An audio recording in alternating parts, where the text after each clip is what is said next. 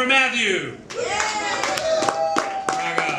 Raga was great. I saw him backstage. I actually ran into him at a house party this week, and I went up to him, and I said something really racist, and I apologize. You guys enjoying this warm weather? Yeah. Is this nice? This is finally nice? If your yard's anything like my yard, you probably have like this one patch in the shade that is still like a pile of white. That's not snow. If it's anything in my yard, it's probably just a whole bunch of like white bags of dog poo. I found that out the hard way. It was the worst snowball fight ever. Alright, maybe not.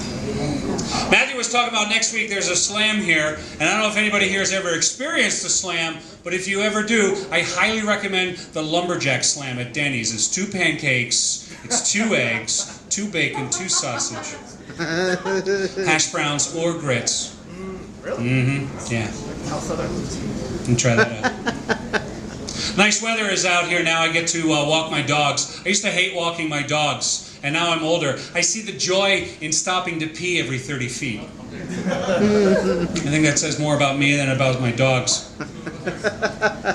I've noticed my dogs, they like to pee on trees, and I think that's because that's the way squirrels go to escape.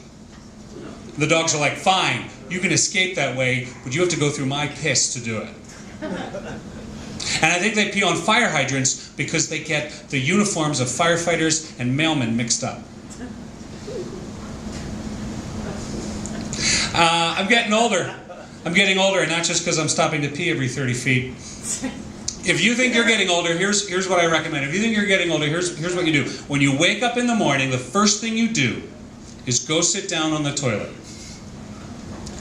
And don't go, but wipe your ass. Okay, that sounds disgusting. I should have used toilet paper, but wipe your ass. And then look at it. And if it's brown, you're getting old. Thank you. Somebody has done that. The person who laughed is the one person who's done that. Hey, I'm sorry if that's disgusting. I'm sorry nobody else here wipes their ass with toilet paper. I just kind of thought that that was something that happened. This is actually my last comedy set because I'm going to win the Powerball Wednesday night. It's like 150 million. And I was talking to someone about that. I'm like, yeah, it's 150 million. Sure, I'll buy a ticket. And they're like, oh yeah, but you know what happens? You know what happens? The government takes half. And I'm like, yeah, but it still leaves me with like $75 million. I'll fucking take that. Hell, I'll split $75 million with my ex-wife. I'm not divorced. I'm still married. Should have thought about that before I said it out loud. You're on videotape. I'm on videotape. She's gonna win the Derby. Yeah. She did. She married me. The Doodle Derby.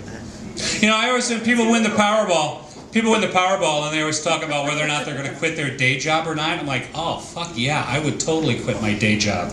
I'm a stay-at-home dad. Yeah, I'd quit that. It's not really a job, I guess. My oldest is going to, I have 3 kids, they're all girls, that's why I'm screwed up the way I am.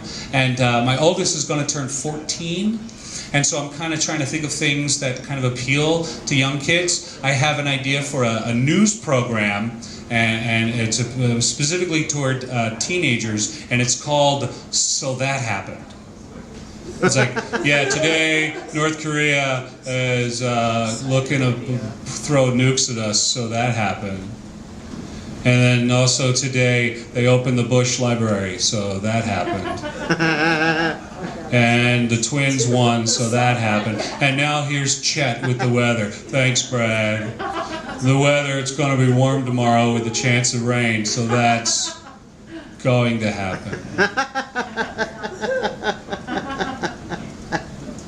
My wife and I, we play this little game in bed. It's kind of fun.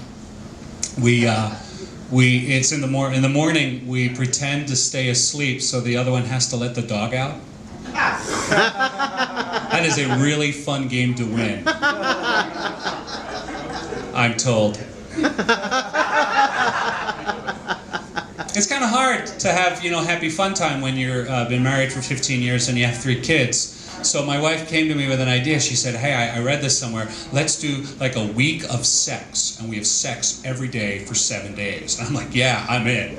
Absolutely, I'm in. And so she comes back to me a couple days later and she's like, when do you want to get started? And I'm like, I'm on day 4. What are you talking about? I think this chronic masturbation thing is something I'm going to have to just come to grips with. Oh, hi-oh. So I'm at the mall. And I saw this like abandoned like scooter kind of thing just off to the side. Nobody was in it, and I felt bad. I was like, oh, this poor abandoned scooter that somebody. And you know, and where do you think that the person? They're too heavy, they're too fat to walk around the mall, but they will leave their scooter, and they were in the Cinnabon. And I thought that is why. And you know, and some people think, well, okay, maybe they have a broken leg, maybe they have a sore ankle. No, if they had a broken leg, they'd have crutches. No, they don't have crutches anymore. You know what they have? Is they have those scooters. Have you seen those scooters that people have now? Are those the most fucking awesome things? I never had that when I was a kid. Can you imagine having a little scooter and you just kind of scoot along on your... That's extreme. That's like extreme broken appendages. We can't just be on crutches anymore. It's going to be an X Games sport. I can imagine it now. Just people. I had something for that, and I can't remember what it was. There's something. I don't know. Every time I see those kneeling scooters, I'm like, fuck, I want one of those. I can't remember what it was. I can't remember what. How much time do I have left? You've got 20 seconds. 20 seconds. Oh, big news. I don't know if you guys didn't hear about the big news today. An NBA player came out of the closet. This is a true story. An NBA player came out of the closet.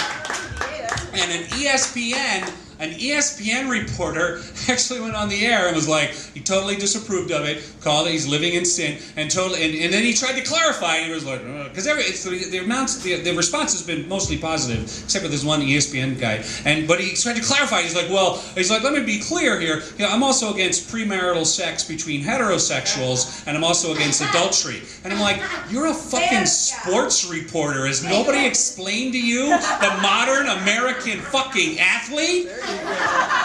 He's in the wrong fucking business if he's against premarital sex, adultery, and I was like, what the? Anyway, I know there's something there because he's like, oh, premarital sex and adultery. Kobe Bryant. That's all. All right, that's me. Thanks. Good night.